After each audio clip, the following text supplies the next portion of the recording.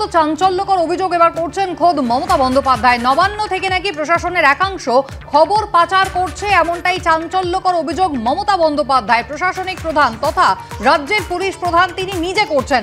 অভিযোগের আঙুল সরাসরি পুলিশের একাংশের দিকে। তাহলে মানুষ কাদের ওপর ভরসা করবেন? প্রশাসনিক প্রধান তিনি আস্থা রাখতে পারছেন না, এর সমাধানই বা কোন পথে? অন্যদিকে সোহম চক্রবর্তী চণ্ডীপুরের তৃণমূল বিধায়ক, ইতিমধ্যেই সংবাদ শিরোনামে তিনি উঠে এসেছেন এবং কোথাও তাকে কেন্দ্র করে তৃণমূলের অন্দরের অসন্তোষ কি এবার বাইরে চলে আসছে?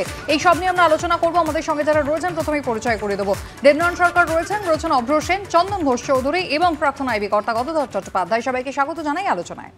মমতা বন্দ্যোপাধ্যায় তিনি যে অভিযোগ করছেন, তিনি যে সন্দেহ করছেন তা কিন্তু চাঞ্চল্যকর। তিনি বলছেন যে দুকুল বাঁচিয়ে চলছেন অনেক অফিসার, ওভারলোডেড ট্রাক থেকে টাকা তুলে কাঁথিতে চলে যাওয়ার অভিযোগ করছেন তিনি। নবান্নে প্রশাসনিক বৈঠকে পুলিশের একাংশের ভূমিকায় ক্ষোভ প্রকাশ করলেন খোদ পুলিশ মন্ত্রী। নবান্নে নানা ফাইল নির্দেশিকার খবর বাইরে চলে যাচ্ছে বলেও সন্দেহ প্রকাশ করলেন মুখ্যমন্ত্রী। কিভাবে ঘটছে, কারা করছে তা নিয়েও সন্দেহ মুখ্যমন্ত্রীর, এমনটাই জানা যাচ্ছে। প্রশাসন আরও সক্রিয় হলে লোকসভায় মিলত বাড়তি 3 থেকে 4টি আসন, এমন কথাও তিনি বললেন গতকাল। আমি মিস্টার চট্টোপাধ্যায়কে দিয়ে শুরু করব। মিস্টার চট্টোপাধ্যায়, অভিযোগ যিনি করছেন তিনি আর কেউ নন, রাজ্যের প্রশাসনিক প্রধান, রাজ্যের পুলিশ মন্ত্রী। এবং তিনি কি বলছেন যে প্রশাসনের একাংশ অর্থাৎ পুলিশের একাংশ সেখানে কোথাও একটা ঘুঘুর বাসা তৈরি হয়েছে, এমনটা তার সন্দেহ, এমনটা তার অভিযোগ। সেখানে এই ঘুঘুর বাসা ভাঙবে কারা? সেও তো প্রশাসনের আরেকটাই অংশ, তাদের উপরই তো নির্ভর করতে হবে। নিশ্চয়ই, এটা কিন্তু কোনো নতুন কিছু নয়। প্রত্যেক পলিটিক্যাল পার্টি, অপোনেন্ট পার্টি এবং শাসন শাসন ব্যবস্থার উপরে নজর রাখে। এটা আজকে নতুন কিছু ঘটনা নয় এবং আপনারা বরাবরই দেখেছি এটা চলে আসছে।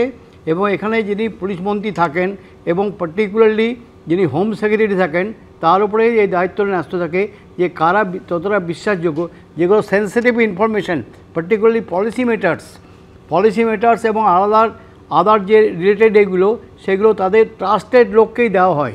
যার জন্য দেখবেন বেশিরভাগ পোস্টই হচ্ছে পুলিশের শীর্ষকর্তারা, এটা সিলেক্টেড পোস্ট, এগুলো যাদের আস্থা আছে তাদের উপরে দেওয়া হয়। আর সেকেন্ড থিং, যেটা পুলিশের মধ্যে এখন অভাব দেখা যাচ্ছে, যে পুলিশের মধ্যে ইন্টারনাল পুলিশের যে মনিটরিং নেটওয়ার্কিং ইন্টেলিজেন্স সেটা নেই, সেটা নষ্ট হয়ে গেছে। এটা কিন্তু আমরা আগে দেখেছি IB West Bengal, intelligence bank West বেঙ্গলে পার্টিকুলারলি ডিউটি হচ্ছে এটা, যে নিজের পার্টির উপর নজর রাখা, অর্থাৎ নিজের পার্টির কারা খবর অন্যকে দিচ্ছে তার উপর নজর রাখা। সেটাও কিন্তু এখন আমরা খুব একটা দেখি না। কিন্তু তাহলে মিস্টার চট্টোপাধ্যায়, এখানে দেবনারায়ণ বাবুর কাছে আমি যাব। তাহলে প্রশ্নটা তো এটাই হবে যে পুলিশের একাংশের উপরে তাহলে নজরদারি করবে কি পুলিশেরই আরেক অংশ? এবং অভিযোগ যদি একাংশের বিরুদ্ধে ওঠে তাহলে তাদের বিরুদ্ধে তদন্ত করবে পুলিশের অন্য অংশ। আমি অনেক আগেও বলেছিলাম, অমিত শাহ বলতো পুলিশ এইসব আইএএস আইপিএসদের আমার সব কিছু। এখন তো পুরো এমন একটা সিস্টেম তৈরি হচ্ছে, আইএস আইপিএসদের সব কিছু তৈরি হবে সেন্ট্রাল থেকে। তার মানে কি উনি রাজ্য কেন্দ্র সব কিছুকে অমিত শাহ কন্ট্রোল করবে। এটা নিয়ে আগেও অভিযোগ উঠেছিল, বহুবার অমিত শাহ কথা বলেছেন। যার জন্য আগেও আমি বলেছি যে সেন্টার যদি রাজ্যের আইএস আইপিএসদের, কারণ তাদের সম্পূর্ণ খরচ খরচা আমরা দিই, আমাদের থেকে হয়, প্রয়োজনে আমরাই কোথায় তাদেরকে চেঞ্জ করতে হবে আমাদের হাতে কাটি, এও পর্যন্ত হয়েছে। এবং আমরা দেখেছি আলাপন বন্দ্যোপাধ্যায়ের পরে তার সমস্যা এখনও সমাধান হলো না, অথচ আলাপন বন্দ্যোপাধ্যায় মুখ্যমন্ত্রীর সঙ্গে তার সঙ্গে গেলেন, অথচ তার পর্যন্ত এখনও পর্যন্ত তার সিসিআর কিছুই হলো না। কিন্তু আমার প্রশ্ন হচ্ছে সমস্যা তো বিজেপি, রাজ্যের ইন্টারনাল সিকিউরিটি তো থ্রেটেন্ড হতে হবে। না আমার তাহলে সেই ইন্টারনাল সিকিউরিটিকে রক্ষা কিভাবে করা যাবে? যত সময় পর্যন্ত এই স্বৈরাচারী সরকার, বিজেপি সরকার, মোদী সরকার, অমিত শাহ থাকবে, তত সময় পর্যন্ত ওই আইএস আইপিএসদের অবস্থা ওই কন্ট্রোল করবে। এইটাই মুখ্যমন্ত্রী। আরেকটা বিষয়ও কিন্তু আপনার কথা থেকে একটু শুনে নিন দেবনারায়ণ, একটু শুনে নিন। সমস্ত বিরোধী রাষ্ট্রে এই স্থায়ী অবস্থা চলছে। একটা বিষয় একটু শুনে নিন, আপনার কথা থেকে এটাও আরেকটা দিক বেরিয়ে আসছে যে তার মানে আইএএস অফিসাররা, আইএস আইপিএসরা যে কোনো রাজ্যেই হোক না কেন, আপনার কথা অনুযায়ী নয় কেন্দ্র তাদের তাদের কন্ট্রোল করবে আর নইলে রাজ্য তাদের কন্ট্রোল করবে, মানে তারা ইম্পার্শিয়াল। না না, আপনি তো তাই বলছেন, তার মানে তাদের ইম্পার্শিয়াল ভূমিকা তার মানে পাওয়াই যাবে না। অভ্র, তার মানে ইম্পার্শিয়াল ভূমিকা আমরা আশা করতেই পারি না প্রশাসনের তরফ থেকে। দাদা ঠিক আছে দাদা প্লিজ, এত রেগে যাওয়ার এত বিচলিত হওয়ার তো কিছু হয়নি। বিচলিত না, আপনি দেখে বোঝা যাচ্ছে আপনি বলো বলো এইটাই। আচ্ছা আচ্ছা আচ্ছা, শুনেন। স্বেচ্ছাচার হয়েছে, আপনার স্বেচ্ছাচার হয়েছে, এবার শুনুন একটু মন দিয়ে। দেখুন, পুলিশ মন্ত্রী মুখ্যমন্ত্রী মমতা বন্দ্যোপাধ্যায় এই ধরনের অভিযোগ যদি নিজে থেকে করেন, তার মানে এটা কিন্তু পরিষ্কার হয়ে যাচ্ছে যে প্রশাসনের ওপর ওনার গ্রিপ কিন্তু আস্তে আস্তে হালকা হয়ে গেছে। উনি বহু বছর ধরে পুলিশ মন্ত্রী, পুলিশ প্রশাসনটা উনিই চালান, কাকে কোথায় ট্রান্সফার করতে হবে, কাকে কোথায় সরিয়ে দিতে হবে, এই ধরনের সব ডিসিশন ওনার দপ্তর থেকেই নেওয়া হয়। এবার উনি কি বলছেন, একটা ভয়ঙ্কর কথা বলছেন যে পুলিশ প্রশাসন যদি আরও তৎপর হতো তাহলে 3-4টে সিট নাকি তৃণমূলের বাড়ত। এখানেই মৌলিক প্রশ্ন, তার মানে কি পুলিশ প্রশাসনকে দলীয় কাজে উনি ব্যবহার করছেন? বিরোধীরা তো বারবার সেই অভিযোগ করে এসেছেন, বিরোধীরা তো সেই আপনারাও বহুবার সেই অভিযোগ করেছেন। ওনার কথাতেই পরিষ্কার হয়ে যাচ্ছে তার মানে সত্যি এটা করা হচ্ছে।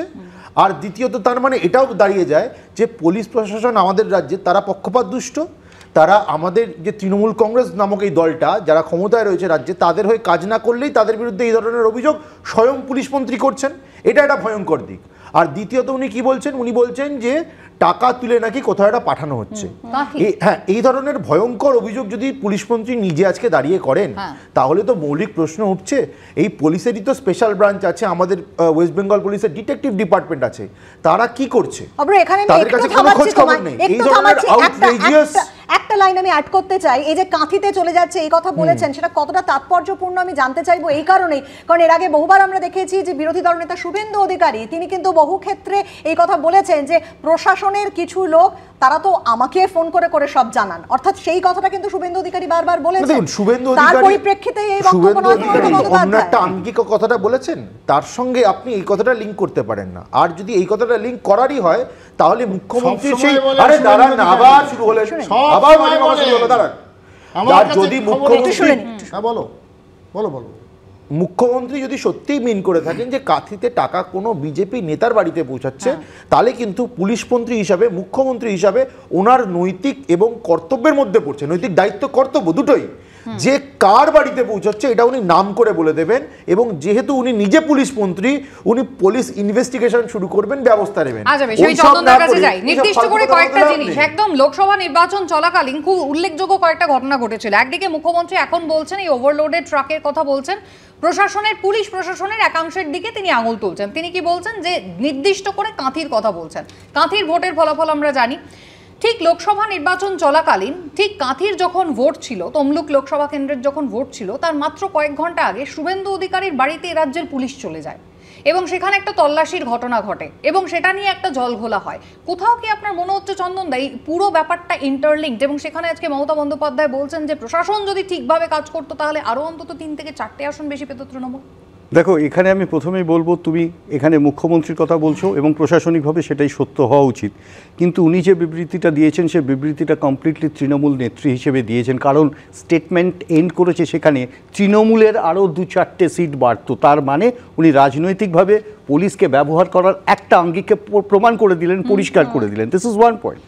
সেকেন্ড পয়েন্ট হচ্ছে যে আজকে যে মেকানিজমে পুলিশ ফোর্স পরিচালিত হয় এবং বিভিন্ন জায়গায় বিভিন্ন ঘটনা আমরা দেখছি, পুলিশ কিভাবে কনসেন্ট্রেট করে শুধু তৃণমূল কংগ্রেস কর্মী বা তৃণমূল কংগ্রেসের প্রক্রিয়াকে বাঁচাবার জন্য, তার আরেকটি বড় উদাহরণ হচ্ছে যে এই পুলিশ দপ্তর ফেলিওর মুখ্যমন্ত্রী স্বীকার করা এবং তাকে রিলেট করে যে সিস্টেমটা কি হোম মিনিস্ট্রি। এবং যখন আমরা দেখলাম নির্বাচন কমিশন একের পর এক পুলিশ আধিকারিকদের বা এসডিপিও বা ডিএমদের যখন বদলি করলো, তখন মমতা বন্দ্যোপাধ্যায় সরব হওয়া। গতকালই কিন্তু ফের কাঁথির এসডিপিওকে তিনি পুনর্বহাল করেছেন। ঠিক, আমি তোমাকে এই জায়গাটাতেই আসছি। দেখো, হোম ডিপার্টমেন্ট, পুলিশ দপ্তর ছাড়াও হোম ডিপার্টমেন্ট, তার সাথে পুলিশ পার্সোনাল ডিপার্টমেন্ট যেটা পার্সোনাল কাজগুলো করে, তারা এর সাথে সম্পৃক্ত থাকে এবং সেক্ষেত্রে যে ডিসিশনগুলো না হচ্ছে, তুমি দেখো গতকালকে তুমি যে এক্সাম্পলটা করলে, বাস্তব অবস্থা হচ্ছে তাই। আচ্ছা, একটা কথা বলো, আমরা তো জানি আইপিএসরা অর্থাৎ সিভিল সার্ভেন্ট, যারা ইন্ডিয়ান সিভিল সার্ভেন্ট, তারা তো কেন্দ্রের পার্সোনাল ডিপার্টমেন্টের আন্ডারে। এটা তো অস্বীকার করে লাভ নেই, স্বরাষ্ট্রমন্ত্রক কন্ট্রোল করে, অ্যাকাউন্টেবল টু হোম মিনিস্ট্রি।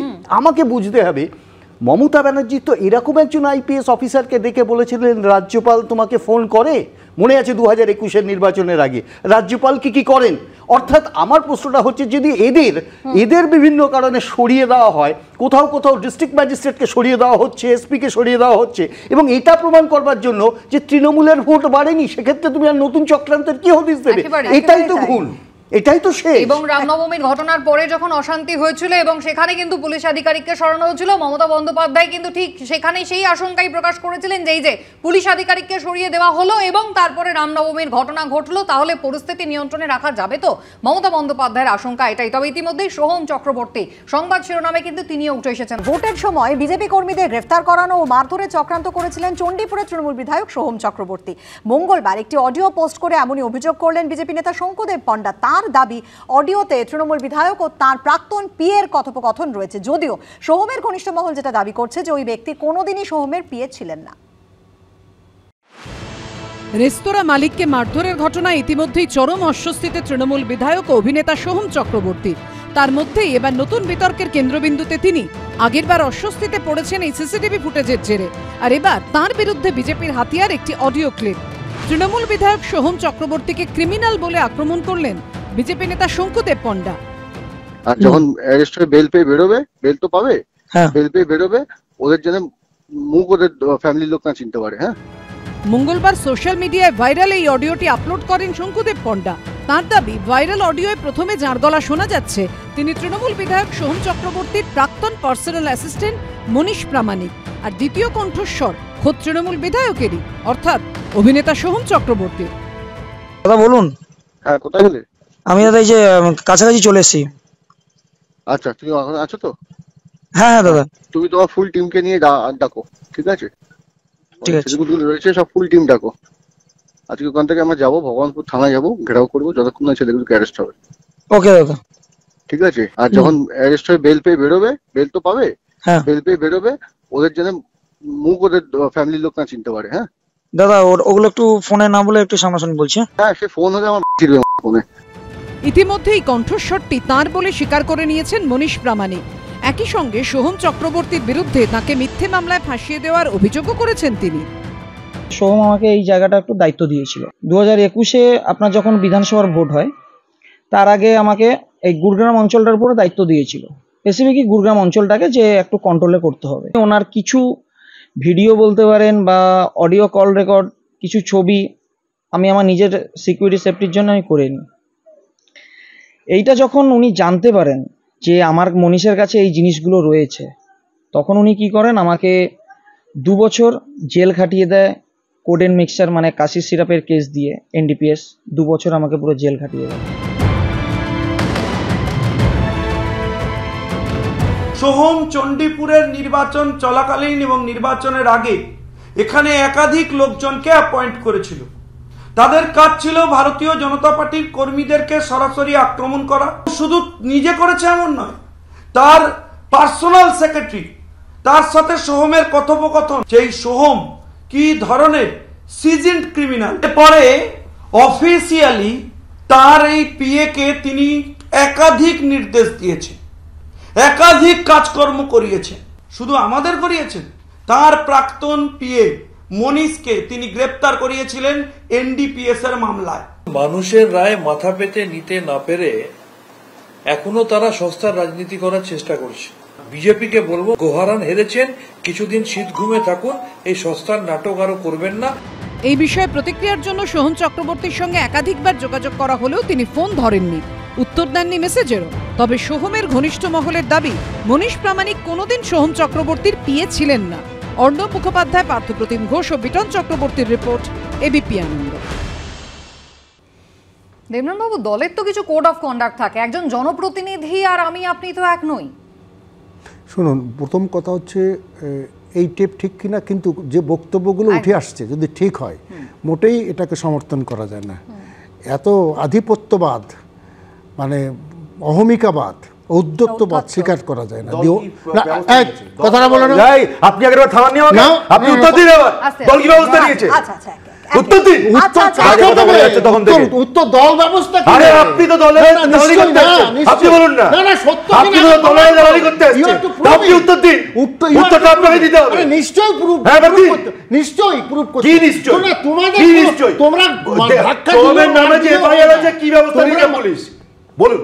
আরে না, ধাক্কা দিলেও মার দিলেও হয় মানে না। রেস্টুরেন্টের মালিককে ওরকম ভাবে ধরে ধরে পেটালো না, তারপর কি ব্যবস্থা নিয়েছে না, বলুন। না, না, মার কি ব্যবস্থা কি নিয়েছে? কি ক্ষমা চাইতে ব্যবস্থা নেবে না মানে অন্যায় মানে হবে না। আমি যদি না, আপনাকে না, না, উঠে সিসিটিভি ফুটেজ ক্ষমা চাইলেই হয়ে যায়।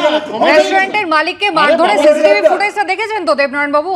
না, নিশ্চয়ই। না, তারপরে ক্ষমা অনেকগুলো চেয়েছে। ঘন্টা পেরিয়ে গেছে, অনেকগুলো দিন কেটে গেছে, কি আরে ব্যবস্থা মামার বাড়ির হয়েছে? না, তোমার তো মামার বাড়ি। অত্যাচার চলছে। শুভেন্দু অধিকারী আরে যেভাবে আপনি কথা সবকে বলে, নিয়ে বলুন। আর যেভাবে সবকে নিয়ে বলুন। পায়ের তলায়, পুলিশ কি করেছে সেটা পায়ের বলুন। তলায়, বাজে নামকে পুলিশ কি করেছে পায়ের সেটা তলায় উত্তর দিন। একজন আরে আপনি তফসিলি উত্তর আস্তে, দিন। আস্তে, রাখবে। পুলিশ কি এটা করেছে? কি মান্য না? শাসক দলের পায়ের তলায় যদি কেউ প্রতিনিধি বলে, অবশ্যই শাসক দলের কাছ থেকে কিছু বাড়তি দায় দায়িত্ব রাজ্যের মানুষ আশা করেন।